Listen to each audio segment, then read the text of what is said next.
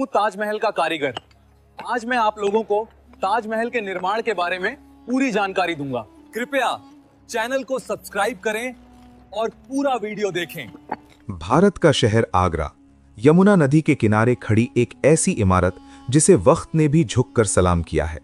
सफेद संगमरमर का ये वो सपना है जिसे एक बादशाह ने अपनी महबूबा के लिए हकीकत में बदल दिया। दुनिया इसे ताजमहल कहती है, लेकिन इतिहास के पन्नों को अगर गौर से पढ़ा जाए तो ये सिर्फ एक इमारत नहीं बल्कि पत्थर पर लिखा गया एक आंसू है जो वक्त के गाल पर जम गया है।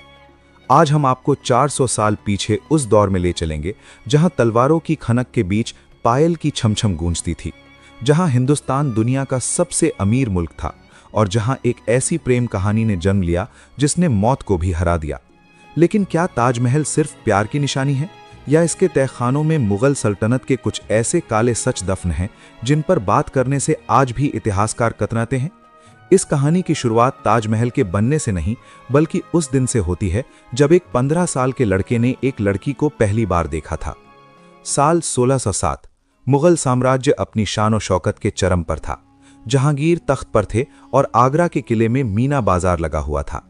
ये वो जगह थी जहां शाही घराने की महिलाएं दुकानें लगाती थीं और शाही परिवार के पुरुष खरीदार बनकर आते थे। मकसद सिर्फ खरीदारी नहीं बल्कि सामाजिक मेलजोल था। इन्हीं रौनकों के बीच मुगल सल्तनत का भविष्य 15 वर्षीय शहजादा खुर्रम, जो बाद में शाहजहां बना, घूम रहा था। अचानक उसकी नजर एक दुकान पर पड़ी जहां रेशम और कांच के मोतियों का काम हो रहा था। वहां खड़ी थी 14 साल की अर्जुमंद बानो बेगम। इतिहासकार कज़विनी और लाहौरी लिखते हैं कि वो पल किसी जादुई घटना से कम नहीं था। खुर्रम ने जब अर्जुमंद को देखा तो उसे लगा कि उसने बाजार में नहीं बल्कि जन्नत के किसी हूर को देख लिया है। कहा जाता है कि खुर्रम ने अर्जुमंद से एक कांच का टुकड़ा, जिसे अर्जुमंद ने हीरा कहकर मजाक में बेचा था, 10,000 रुपयों में खरीद लिया था।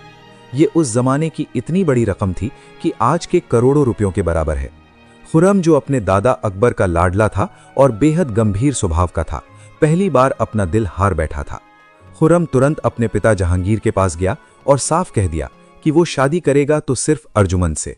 लेकिन शाही शादियां सिर्फ प्यार से नहीं, सियासत से तय होती थीं।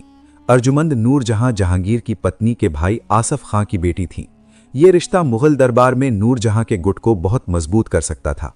सगाई तो हो गई, लेकिन शादी के लिए ज्योतिषियों ने एक ऐसा मुहूर्त निकाला जो 5 साल दूर था। सोचिए, एक 15 साल का लड़का जो शहजादा है, उसे अपनी मोहब्बत पाने के लिए 5 साल का इंतजार करना पड़ा। इन 5 सालों में खुर्रम ने दूसरी शादियां भी की, जो कि एक राजनीतिक मजबूरी थी, लेकिन उसका दिल सिर्फ अर्जुमंद के पास था। आखिरकार 1612 में वो घड़ी आई, शादी हुई और अर्जुमंद बानो बेगम बनी मुमताज महल, यानी महल का नगीना। मुमताज महल कोई आम रानी नहीं थी, वो शाहजहां के हर सुख दुख की साथी थीं। चाहे वो शिकार हो, शतरंज का खेल हो या फिर जंग का मैदान, मुमताज हमेशा शाहजहां के साथ साए की तरह रहती थीं। मुगल इतिहास में ऐसा कम ही देखा गया था कि कोई बेगम बादशाह के साथ खतरनाक जंगी मुहिमों पर जाए, लेकिन मुमताज हर जगह मौजूद थीं। शाहजहां का उन पर भरोसा इतना गहरा था कि शाही मुहर, जिससे फरमान जारी होते थे, मुमताज के पास ही रहती थी। शाहजहां उन्हें मलिकाए ज़मानी कहता था। ये प्यार एक तरफा नहीं था, ये एक जुनून था। 19 साल के वैवाहिक जीवन में मुमताज ने 14 बच्चों को जन्म दिया, जो ये बताता है कि वे शारीरिक रूप से एक दूसरे के कितने करीब थे। लेकिन यही नज़दीकी उनकी मौत का सबब बनने वाली थी। 1628 में खुर्रम शाहजहां बनकर तख्त पर बैठा।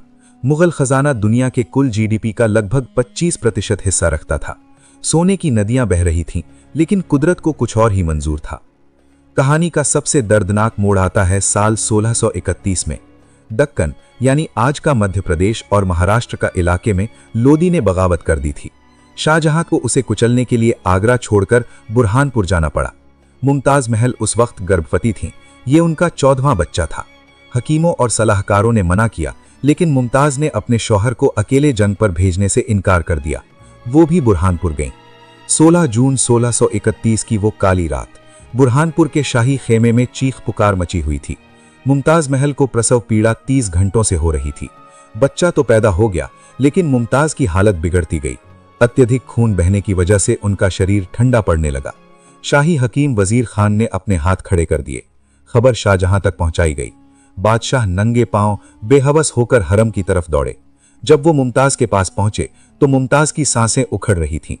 उस जमाने के इतिहासकारों के मुताबिक मुमताज ने मरते वक्त शाहजहां से